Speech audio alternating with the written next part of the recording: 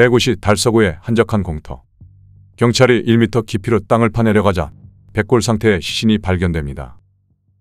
백골 시신은 4년 전 실종됐던 50대 남성 김모 씨였습니다.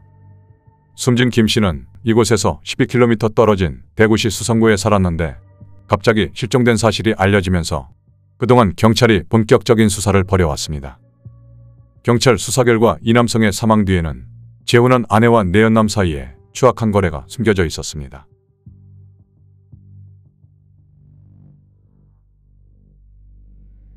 (2017년 5월) 대구지방경찰청 미제사건 수사팀의 한 경찰관이 외근 활동을 하던 날이었습니다. 그런데 이 경찰관에게 한 남성이 슬쩍 다가오더니 화물업을 같이 하던 지인이 어느 날 갑자기 사라져 4년째 연락이 끊긴 상태라며 행방을 좀 알 수 없는지 물어왔습니다. 실종된 남성은 대구시 수성구에 살고 있던 52세 남성 김모 씨였습니다. 이 같은 이야기를 전해들은 경찰관은 대구지방경찰청으로 즉시 복귀해 실종된 김 씨에 대한 조사에 들어갔습니다. 그러자 김 씨가 4년 전인 2013년 11월부터 주변인들과 연락이 끊긴 채 어떠한 활동조차 하지 않은 사실이 확인됐습니다. 병원 진료 기록과 신용카드 사용 내역도 나오지 않는 등 생활 반응이 전혀 없었습니다. 그런데 이상한 점은 2번이나 이사를 하며 전입신고를 했고 공과금도 단 한 차례 밀리지 않고 꼬박꼬박 납부하고 있다는 거였습니다. 무언가 석연치 않음을 느낀 경찰은 곧바로 김 씨의 가족관계를 확인했는데 사라진 김 씨에게는 56세 아내 이모 씨와 2명의 딸이 있었습니다. 그런데 김 씨 가족들은 남편 그리고 아버지가 몇 년째 사라졌는데도 실종신고 한 번 하지 않은 상태였습니다. 이를 수상하게 여기고 좀 더 조사를 진행한 경찰. 사라진 김 씨와 아내 이 씨는 각자 이혼의 아픔을 가진 뒤 만난 재혼 가정이었습니다. 김 씨는 전 아내와의 사이에 2딸을 뒀는데 이혼 이후 연락을 하지 않고 지내는 바람에 아버지의 실종 사실조차 알지 못했던 것으로 드러났습니다. 그런데 경찰이 아내 이 씨의 금융거래 내역을 조사하던 중 수상한 점이 포착됩니다. 남편 김 씨가 사라지고 난 뒤 대리인 신분을 이용해 남편의 자산을 본인 명의로 옮긴 것입니다.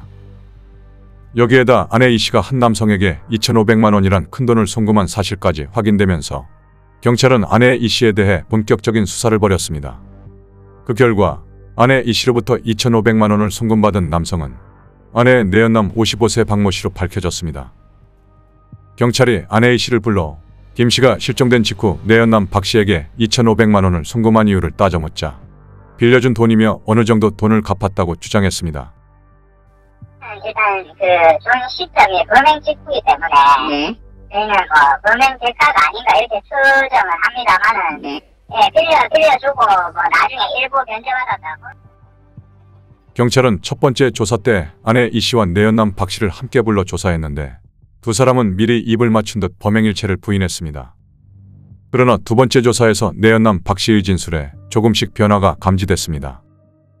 박 씨는 처음에는 당황스럽고 무서워서 범행 가담 사실을 부인했지만 사람을 죽여놓고 혼자 빠져나가려니 자책감이 들었다며 범행 과정을 털어놓기 시작했습니다.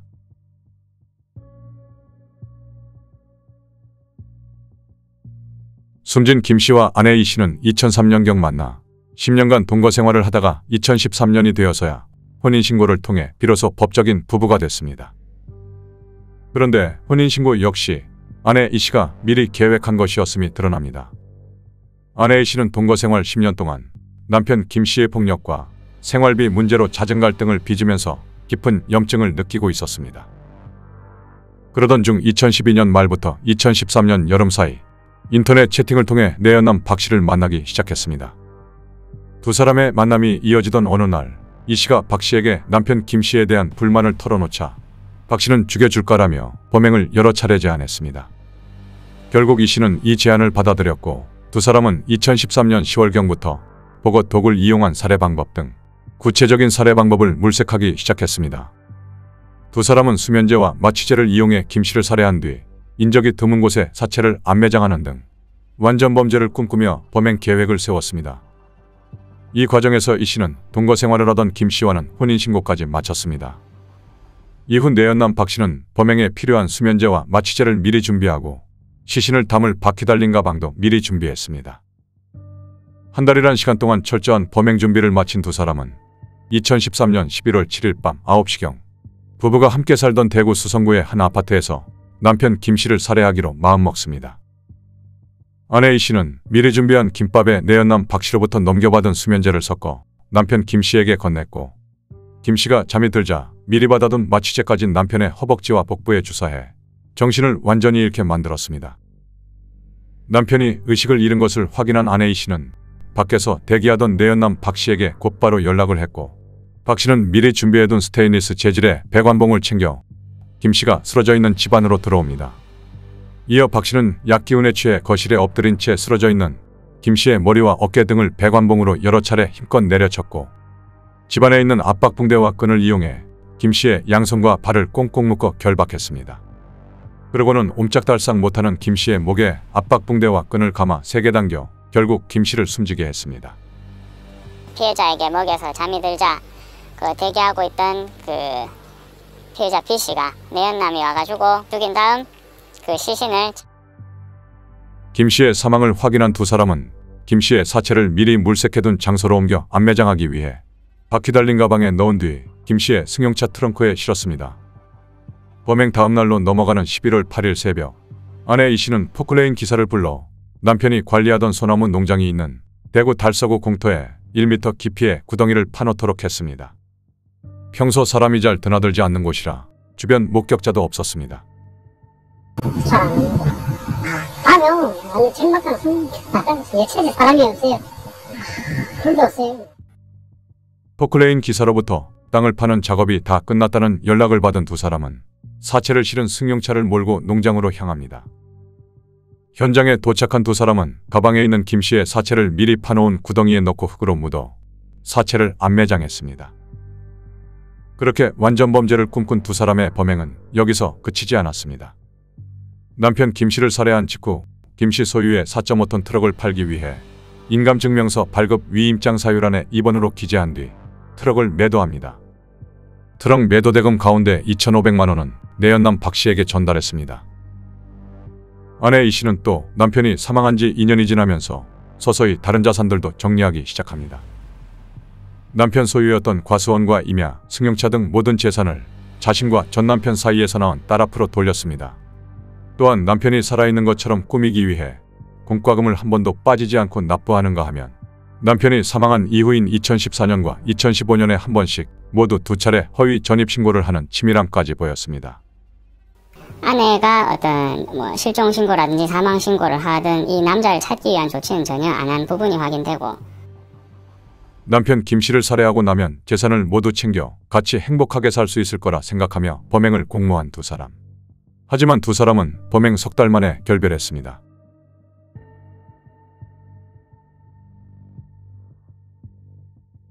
(2018년 1월 12일) 대구지방법원은 살인과 사체유기 혐의 등으로 기소된 아내 이 씨와 내연남 박 씨에게 각각 징역 25년을 선고했습니다.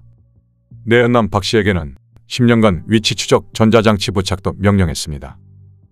박 씨의 경우 2009년 7월 사기죄 등으로 징역 2년을 선고받아 복역했는데 2014년 11월 또다시 사기죄 등으로 징역 10개월을 선고받은 뒤 살인범죄까지 저질렀기 때문입니다.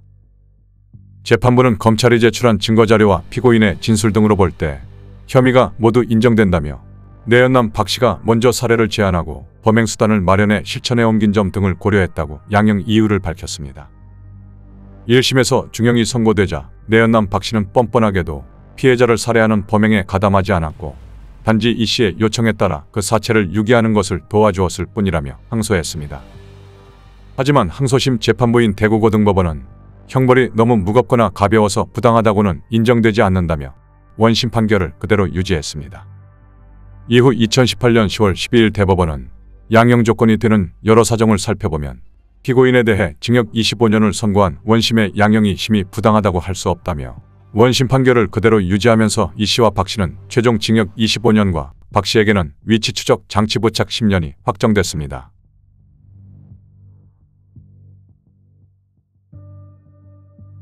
남편 김 씨가 사라진 지 4년의 시간이 지나면서 대부분의 증거자료가 사라져 수사 과정에 어려움이 많았지만 끈질긴 수사 끝에 완전 범죄로 묻힐 뻔한 사건이 해결됐습니다. 이에 따라 차가운 흙 속에 묻힌 채 4년을 보낸 김 씨의 억울한 죽음도 세상에 알려질 수 있었습니다. 한 사람의 생명을 빼앗는 것은 전 세계를 파괴하는 것과 같다는 말이 있습니다. 생명이 가지는 무게를 느끼며 감옥에서 자신들의 죄를 진심으로 뉘우치기 바랍니다.